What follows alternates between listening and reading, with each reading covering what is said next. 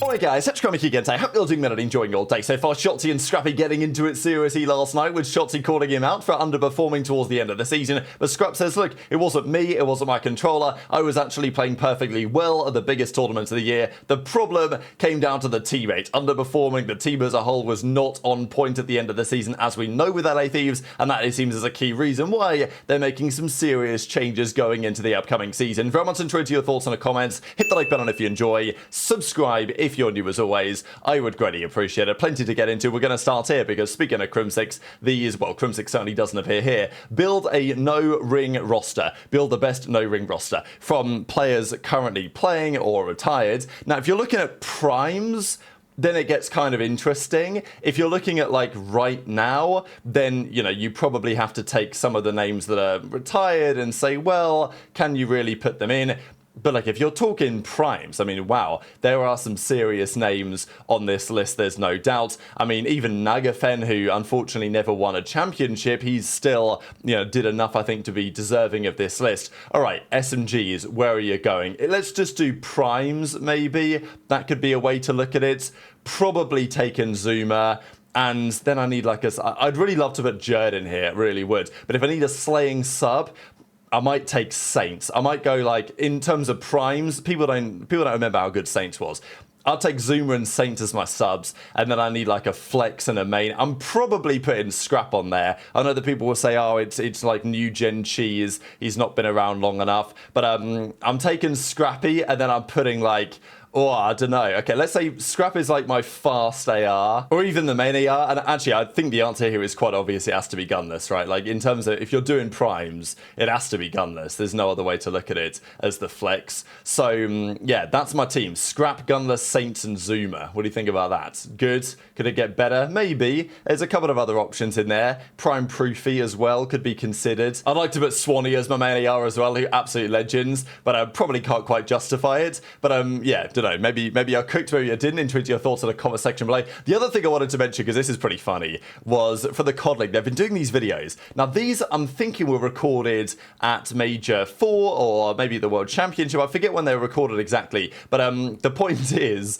that they were recorded before the end of the World Championship, and therefore before OpTic became godlike. These would have been media day before OpTic became godlike. So there were some funny clips here, and they've been putting these out. They asked the players a load of questions. They've been putting them out every few days for a little while, and I've not shared all that many of them, but there were a couple of funny ones. We did share a couple because there was one question, or what basically the pros talking about what people misunderstand. This was another one where they were talking about that, which was always kind of funny to hear their perspective on the community. But unfortunately, Envoy was getting clowned again for this. Envoy this season got into a lot of drama, not all of his own doing, but the comment on challenges and stuff like this. And then this is just a funny clip because obviously at the time when Envoy said this, it was almost a reasonable assessment because he was talking about losing that 1v1 to Kenny online in the early part of the season. And he says, oh, damn, well, that worked out very well for them, didn't it? Because, of course, at this point, they'd just gone on to do rather well, Thieves, towards the end of the regular season, and OpTic was struggling heavily. But then, of course, things turned around to some degree. So let me show a couple of clips. I'd say it's pretty draining. You know, we scrim every single day, 6 hours, 6 to 7 hours. I stream afterwards. It gets pretty draining, but I mean, I love the process and I love grinding, so. I think people just kind of say like, oh, you're just playing video games for fun, but like, it's extremely difficult to be able to play at a high level, and it takes a lot of hours and dedication, and also sacrifices. People don't understand like what you sacrifice in order to be like the best of your craft. We're playing against the best competition, so it's not as easy as it looks, that's all I'll say. I would say it's the grind, the hard work. I think people just see like matches, but I think people like forget about like the practice and stuff like that. So I would say the grind. Replay one series? I mean, a cool series was like the beginning of the year when we played against LA Thieves to close out stage 1 when Kenny made the clutch. Here we go. There's one. Kenny, what a win! Yeah, 5-5 versus Kenny online. Yeah, sure, man. That worked out well for them. Probably the Major 1 Grand Final, I'd say. I feel like that's pretty easy. I would say the Major 1 Finals, just because I feel like it was an insane series. We went Game 7, and I feel like just the way we were playing S&D at that event was just like next level. They've taken over the A-bomb, and they're reading the flank too. Scrap delivers. It's an immediate jump, and his brains not broad. The get FaZe the win! Okay, ban and protect was cheese. But realistically, okay, hypothetically, ban and protect supposed to be godlike. Niggas was just cringe. Niggas was just weird. Let's keep it a stack. Motherfuckers was just being weird. It realistically was supposed to, like I said, theoretically it's supposed to be godlike. It's just motherfuckers were weird. That's what I'm saying. You just had the weird motherfuckers, and I gotta tip it. Like, but it's like that's what it was. Once you play Black Ops 3 Child, I just don't care to go play that game. Like, I just don't care to play COD in all season for the most part. What do we think about Ban and Protect? Kenny is a fan of it, kind of, but he doesn't believe in the way that the players used to use it back in the day. Given that Black Ops 7 has some similarities in terms of visuals and some other things, even movement, to what happened back in Black Ops 3, there has been quite a bit of talk about whether Ban and Protect could come back. Let me just give you guys, if you never used Ban and Protect or never played Black Ops 3, the quick top line. Treyarch's idea was that instead of having any rules, like any bans automatically in the game, Ban and Protect would solve all the issues. UAV, you can just ban it. Like, that was the idea. This was stupid. It was never going to work. And eventually they decided, okay, we've got to default ban a ton of things, and then the players can run wild with it. And one at a time, the players get to either protect something so the other team can't ban it, or they just ban it. 99% of the time, it would just be ban, right? Ban, but like no one was protecting anything because it felt like kind of pointless to waste to protect unless you really loved the M8 and you wanted to make sure that Killer's team didn't ban it, so you had to use the Man of War. You know, there were some interesting ideas such as that. But most of the time it was just ban, and the main issue was that you would just ban the things that should have been banned anyway. High caliber, rapid fire. Often, like, the stuns would get banned, the concussions, the flashbangs, heat wave would go, and typically there were like quite a few things that the pros would just ban. And then there were some teams that would throw out some what you would call like cheese bans, right? They would ban Afterburner, they would ban Blast Suppressor, and those things made the gameplay quite fundamentally different. In my opinion, I think this is a good system, but I don't think it was implemented the best. Kenny actually says that if it was for the pros being, I don't know, more gentlemanly, then it might have been a good idea. Octane has been very, let's say, well, he's proposed very heavily a return of Ban and Protect. And I think a lot of that from Octane's perspective comes from the fact that he's now watching the game, and the game was just more entertaining when there was more variety. Back in the Ban and Protect era, people would be banning the Vesper, the VMP, and even the Cuda. People would be using the Pharaoh 4-round burst SMG. People would ban the M8 or the Man of War. They'd have to use the HVK or the XR2 or something to that effect. And I think that really made the game more interesting. It also meant that the players had to be more versatile. They couldn't just be a merchant with one gun. They had to be versatile with all sorts of different weaponry.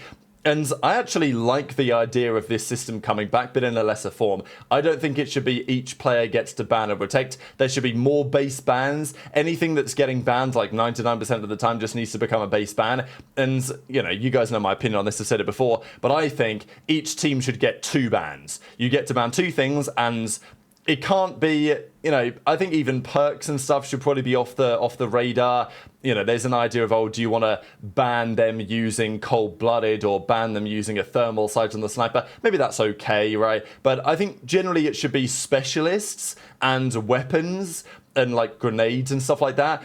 But I like the idea of every series, one team saying, okay, we're going to ban this gun and we're going to ban this specialist. And the other team bans a gun and a specialist. And then you go from there, right? So it's nothing crazy. It doesn't take half an hour. It was annoying in what was ranked play in Black Ops 3. It was called Arena. That 90% of the time you'd get into a game and by the time Ban and Protect was over, somebody had rage quit, right? Because it took so long to go through the whole Ban and Protect process. And then because things got banned, you had to change your classes. And yeah, it was a bit of a mess. But I do think that it has its place, and I think that it would make COD more interesting. There'd be more strategic depth. It wouldn't add any like unnecessary time to the game. It would be very easy to implement if we did it in the way that I just mentioned, and I think it'd make the game more fun for the spectators as well. But Scrap went live last night, and let's talk about a couple of things that went down, especially this clip, which was very entertaining, when Shotzzy was trolling Scrap a bit and saying, damn, are you sure that you've got the right controller? Because things weren't looking too hot for you at the World Championship, were they? As we know, his team underperformed heavily at the biggest 2 events of the season, at least in terms of prize money, and yeah, it was not pretty. Now, Scrap individually was fine. I think HyDra individually was also, was okay. I mean, look, none of them played well exactly, but, you know, they weren't precisely terrible. As Shotzzy says, was pretty bad performance though from you. Scrap goes, look, wasn't on me. The team, as in, he literally says, I was godlike, I was still delivering, the team couldn't get any kills. Bro. Hey, you couldn't kill me. Hey, you couldn't kill me. Bro, I'm not dying in EWC. I promise you I'm not dying. I'm not dying. It's not the controller. It's not the controller. The team can't buy a fucking kill. I think we had bad sleep. I think the sleep was bad. The PCs were fucked up. The side tone. It had to be the side tone, maybe. Bro, we got 5-piece on him? Bro, that's already after we just threw the 100-point lead. Bro, any kill after the 100 points gone, the 100-point lead is gone, doesn't count. That doesn't count. I promise you that doesn't count.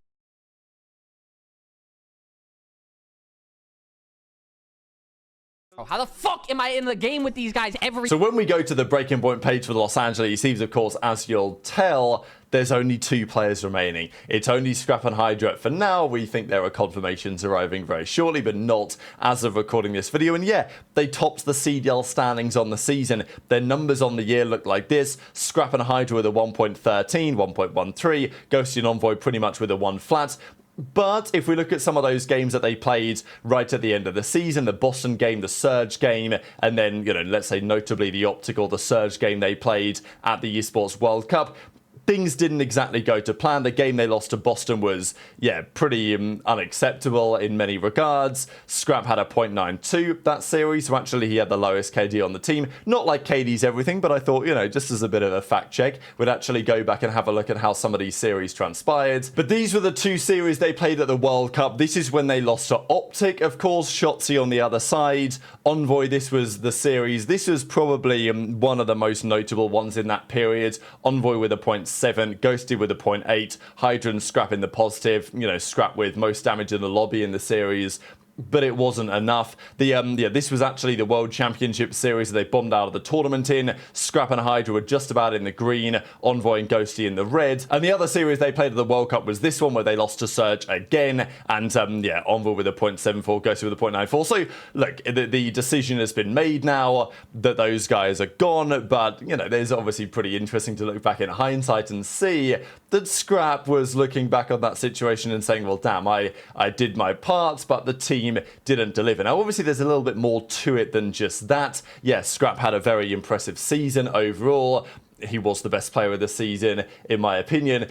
But understandably, there was some criticism his way and for the rest of the team to understand, okay, how is it possible that they, I don't know, got so complacent or whatever at the end of the season? You know, many will hear the comments from Scrap and be like, okay, yeah, sure. Yeah, you played very well the whole season, and at the World Championship and the World Cup, you were certainly not the worst player by any means. There's still some discussion as to it's a team game. Everyone, like when the team collapses that bad at the 2 biggest events of the season, I don't think there is anyone who isn't at fault to at least some degree. That's my opinion. Not to say Scrap is most at fault by any means, but I think that many of those players will probably look back at what's happened towards the end of the season and realize that there are certain things that they probably could have done differently. But very much interested to your thoughts on all of this stuff in the comment section below. Hit the like button if you enjoyed. Subscribe if you're new. Take care. And I'll see you next time.